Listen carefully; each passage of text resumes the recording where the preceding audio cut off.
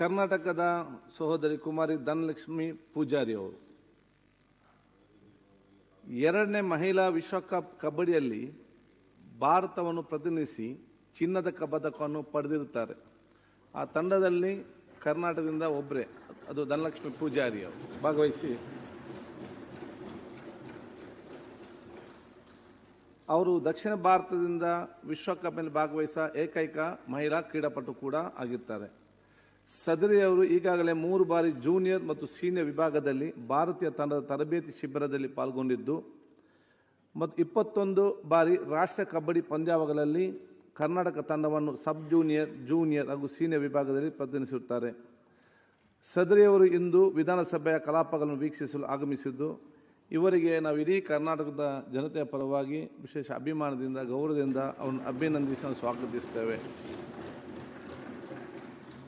ಎರಡನೇದು, ಈ ಕಬಡ್ಡಿ ತಂಡದ ಕೋಚ್, ರಾಷ್ಟ್ರೀಯ ಕಬಡ್ಡಿ ತಂಡದ ಕೋಚ್ ಯಾವುದು ವಿಶ್ವದಲ್ಲಿ ನಾವು ಪ್ರಶಸ್ತಿ ಪಡೆದಿದ್ದೇವೆ, ಇದರ ಕೋಚ್ ಕೂಡ ನಮ್ಮ ಕರ್ನಾಟಕದವರು ಅಂತ ಹೇಳಿಗೆ ನಮಗೆ ಅತ್ಯಂತ ಹೆಮ್ಮೆ ಪಡ್ತೇವೆ.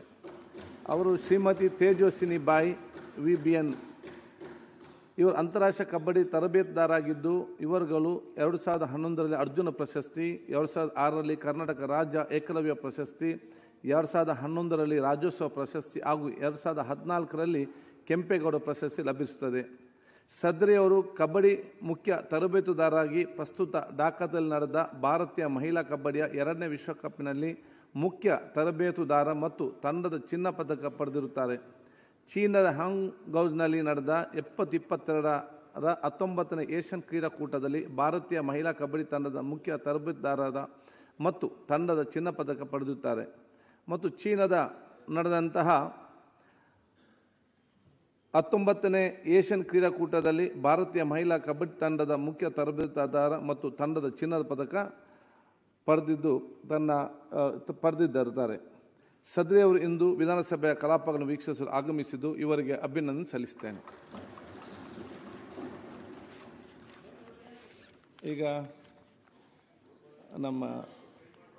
ಈಗ ತಾವು ನಿಲುವಳಿ ತಾವು ಕೊಟ್ಟಿದ್ದೀರಿ ಉತ್ತರ ಕರ್ನಾಟಕದ ಬಗ್ಗೆ, ಹಾನಿ ಆಗಿರೋದ್ರ ಬಗ್ಗೆ ಕೊಟ್ಟಿದ್ದೀನಿ. ಅದೇ ರೀತಿ ಉತ್ತರ ಕರ್ನಾಟಕ ಸರ್ಕಾರ ಅದನ್ನು ಅಜೆಂಡಾ ಹಾಕಿದ್ದಾರೆ. ಉತ್ತರ ಕರ್ನಾಟಕ ಚರ್ಚೆ ತಾವು ಪ್ರಾರಂಭ ಮಾಡಿ. ಎರಡು ಚರ್ಚೆಗೆ ಸೇರಿಸ್ಕೊಂತೀನಿ. ಸನ್ಮಾನ್ಯ ಅಧ್ಯಕ್ಷರೇ, ತಾವು ಕ್ರೀಡಾಪಟುಗಳಿಗೆ ಸನ್ಮಾನ ಮಾಡೋ ರೀತಿ ಒಂದು ಅಭಿನಂದನೆ ಸಲ್ಲಿಸಿದ್ದೀರ. ಧನ್ಯವಾದ, ಒಳ್ಳೆಯದು ಆಗಲಿ. ಮುಖ್ಯಮಂತ್ರಿಗಳು ಕೂಡ ಅವರು ಕಬಡ್ಡಿ ಆಡ್ತಾ ಇದ್ರು ಹಿಂದೆ ಭಾಳ. ಪಾಪ ಏಟು ಬಿದ್ದಿದ್ದು ಕಬಡ್ಡಿಯಲ್ಲೇ, ಪಾಪ ಏಟು ಬಿದ್ದಿದ್ದು ಅದರಲ್ಲೇ ಅಹಿಂದ ಸಮಾವೇಶ ಎಲ್ಲ ಮಾಡಿಬಿಟ್ರು. ಕಬಡ್ಡಿ ಏಟು ಬಿಟ್ಟಿದ್ರಲ್ಲೇ ಪಾಪ ಮಾಡಿದ್ರು.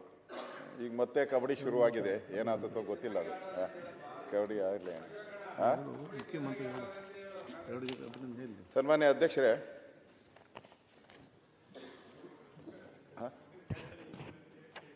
ಆಗ್ತಾವ್ರೆ ಕ್ಯಾಚ್ ಆಗ್ತಾವ್ರೆ ಅವರು. ಅಭಿನಂದನೆ ಸಲ್ಲಿಸಿ. ರೈಡರು ಸ್ಟ್ರಾಂಗ್ ಮತ್ತೆ ಹೇಳಿ ಅಭಿನಂದನೆ. ಸನ್ಮಾನ್ಯ ಮಾತಾಡ್ಬೋದಲ್ಲ ಅಧ್ಯಕ್ಷ? ಒಂದು ಸೆಕೆಂಡ್. ಅಭಿನಂದನೆ ಸಲ್ಲಿಸ್ತೀರಾ? 2 ನಿಮಿಷ. ತಿರುಗೆಲ್ಲೋ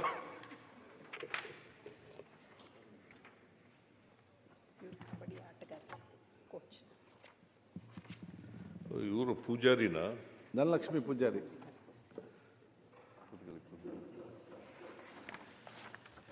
ಮತ್ತೊಂದು ಕೋಚ್.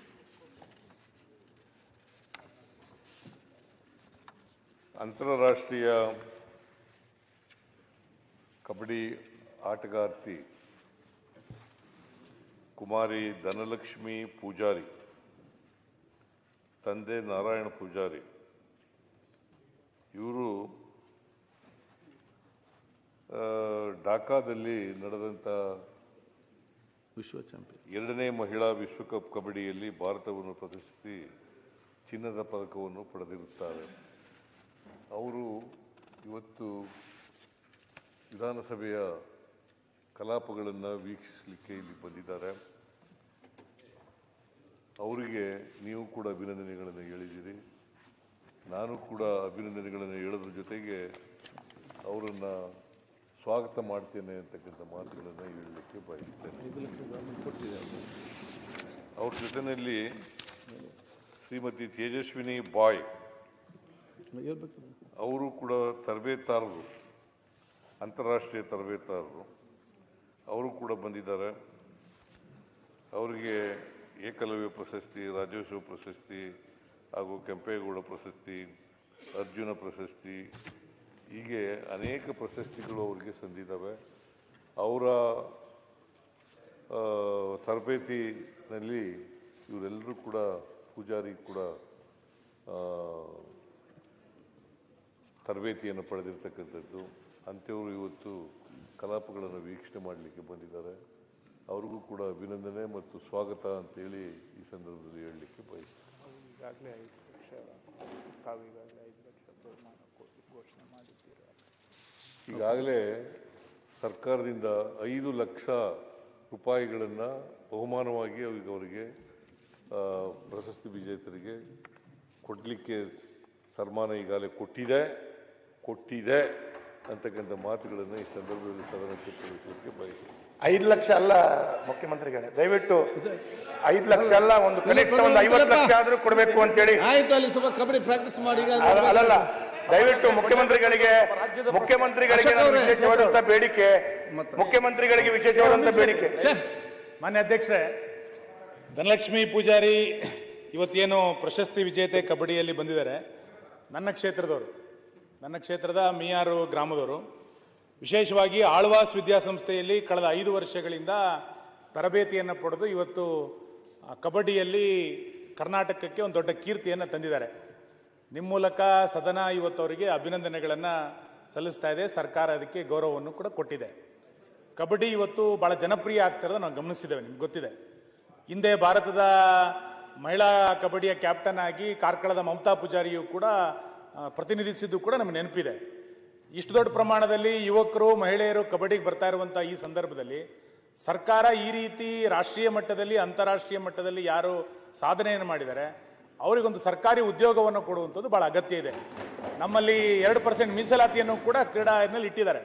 ದಯಮಾಡಿ ಮುಖ್ಯಮಂತ್ರಿಗಳು ಇದನ್ನು ಗಮನಿಸಿ ಈ ರೀತಿಯಾದಂಥ ಪ್ರತಿಭೆಗಳನ್ನು ಗುರುತಿಸುವಂಥದ್ದು ಭಾಳ ಅಗತ್ಯ ಇದೆ.